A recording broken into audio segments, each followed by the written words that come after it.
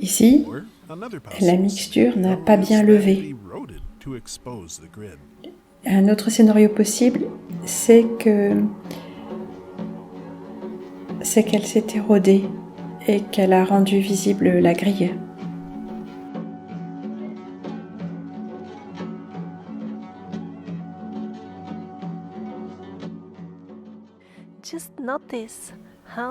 Regardez ici comme les petits bâtons de pain sont en train de lever et les côtés de la grille retiennent les bâtons. Ils sont sortis du moule. On voit qu'ici ils sont sortis du moule.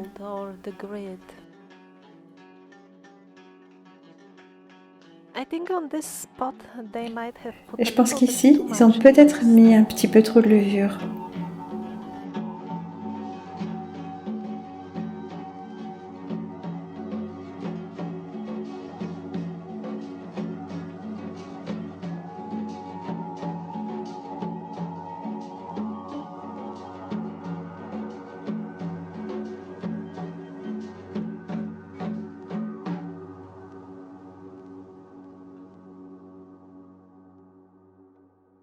Et une fois de plus, comparez avec les minéraux qui utilisent la même structure de support pour pousser.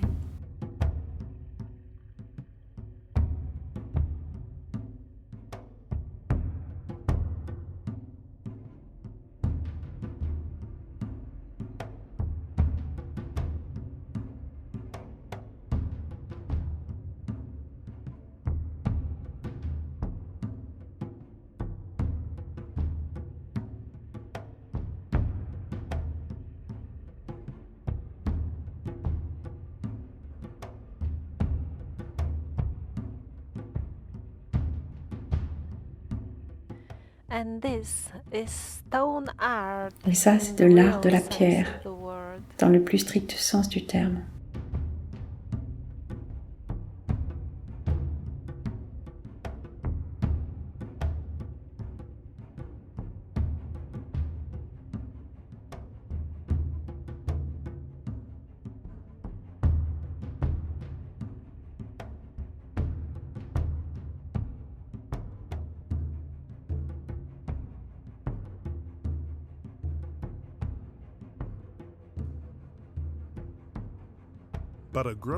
Mais une substance qui lève, soutenue par une grille, n'est pas la seule possibilité.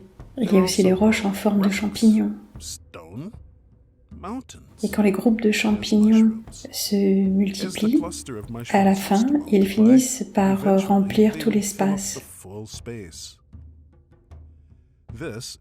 Voici la fameuse Cappadoce. Officiellement, on considère que ces protrusions en forme de champignons, sont simplement le résultat d'une érosion ordinaire. À savoir que le chapeau qui a survécu à l'érosion a en quelque sorte protégé les couches du dessous. Et c'est pour cela que les couches du dessous n'ont pas été emportées par les éléments, comme tout le reste. Ça, c'est la version officielle. Mais si on regarde à cette portion-là, de cette photographie, on voit comment les champignons émergent avec leur forme de champignons déjà visible. Au fur et à mesure que l'érosion avance sur la pente. Et à la fin, tout était trop développé. Et pourtant, la tige est restée bien solide et a continué à se tenir debout, parce qu'elle a bien sûr une densité plus forte. Et si vous regardez l'exemple de ces pierres champignons que je vais vous montrer, souvenez-vous que non seulement les énormes champignons de pierre ont l'air de champignons dans la forêt, mais aussi les minéraux. Ils poussent suivant exactement les mêmes motifs, les mêmes schémas. Tous les minéraux que vous allez voir n'ont pas été formés, n'ont pas été taillés par un joaillier. Ils poussent comme ça. Ils poussent dans ces formes-là naturellement. Et les roches ne sont pas seulement reliées aux minéraux, elles consistent en minéraux. Parfois même, les mots sont utilisés de façon interchangeable.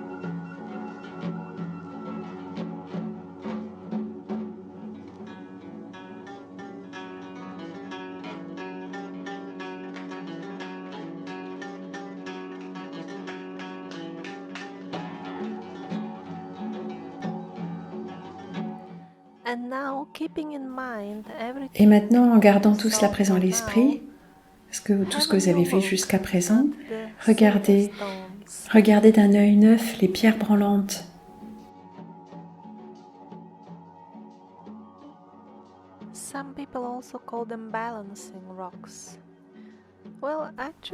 En fait, beaucoup et probablement la plupart sont tout simplement des pierres qui ont poussé comme des champignons. Et si vous vous demandez pourquoi ces pierres ne tombent pas, eh bien, pour la même raison que le chapeau des champignons ne tombe pas de la tige.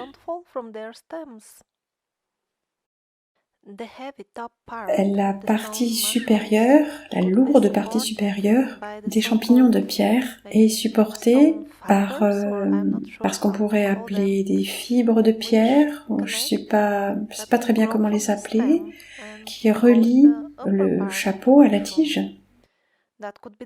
Ça pourrait être le cas pour certains d'entre eux, mais pour d'autres qui ont leur partie supérieure physiquement complètement déconnectée de la tige, ils pourraient tout de même être soutenus par la grille énergétique sur laquelle la pierre a été cultivée. Mais il est possible aussi que toutes les pierres branlantes ne soient pas des pierres champignons. Certaines d'entre elles pourraient être soutenues par un sort, une force magique ou le désir très fort d'une personne en particulier. En tout cas, à vous de choisir ce qui résonne le plus en vous. Mais même si des sorts magiques ont été utilisés pour créer les supports de ces pierres, en tout cas, l'idée c'est qu'une structure énergétique a dû être créée, une sorte de grille comparable à celle que les ingénieurs, des créateurs des pierres champignons, des colonies de pierres champignons ont utilisée.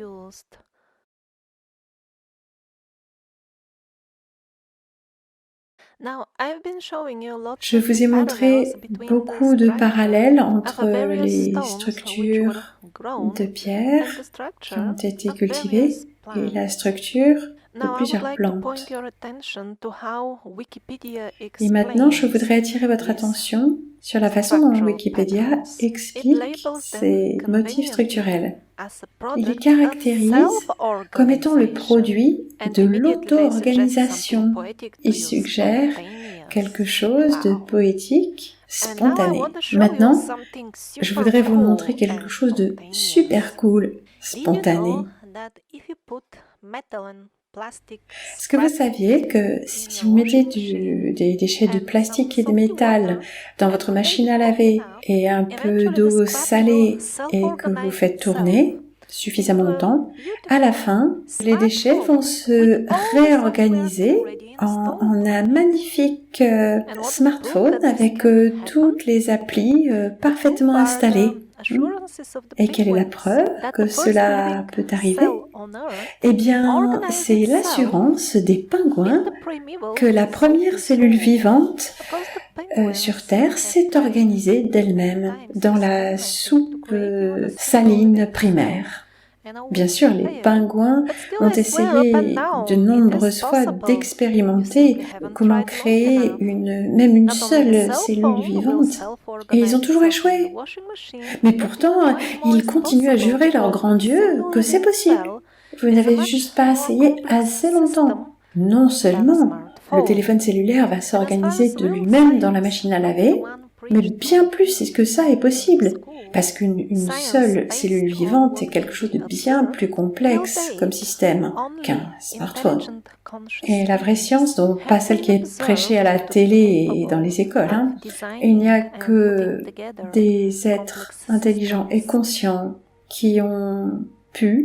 qu'on a observé et qui étaient capables de créer quelque chose. Seuls des êtres conscients peuvent créer des systèmes complexes.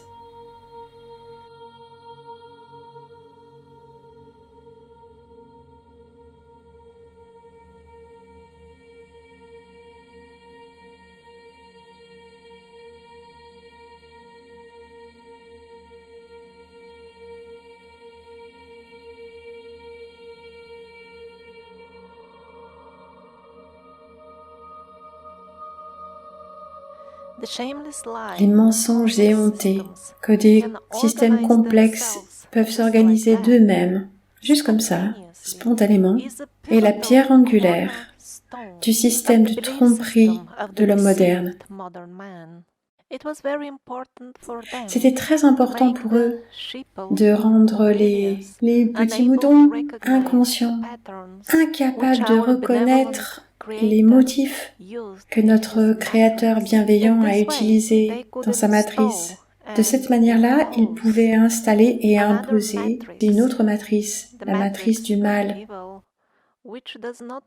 qui ne supplante pas, bien sûr, la matrice originale du bien. Elle s'en nourrit. C'est une façon parasite d'exister. Et c'est pourquoi toutes les structures parasites se développent, comme ils disent si bien, spontanément dans notre société.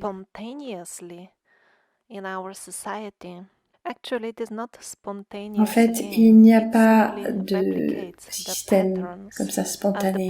En fait, cela réplique les motifs de la grille parasite à laquelle l'humanité a collectivement décidé de participer. Et comment est-ce qu'ils se sont débrouillés pour introduire parmi les gens ces mensonges principaux que je viens de mentionner?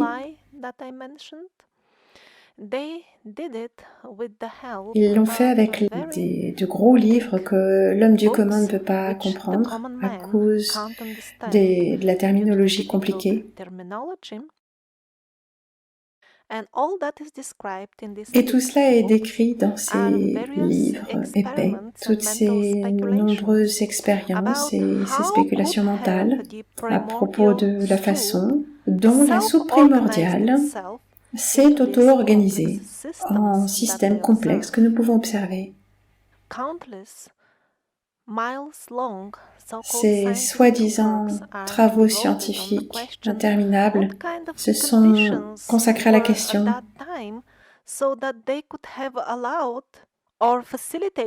comment est-ce que tout cela aurait pu être rendu possible? Comment est-ce que l'auto-organisation a été rendue possible? Et ainsi, ils gâchent le temps et l'énergie des gens en mobilisant leur esprit autour de ces sujets sans intérêt au lieu de leur dire directement. Nous avons essayé de nombreuses fois l'expérience de mettre les ingrédients parfaits dans les conditions les plus favorables, dans l'environnement le plus propice et conditions, et ça n'a jamais abouti. Ils ne se sont jamais auto-organisés. Seuls des êtres conscients peuvent créer des systèmes complexes.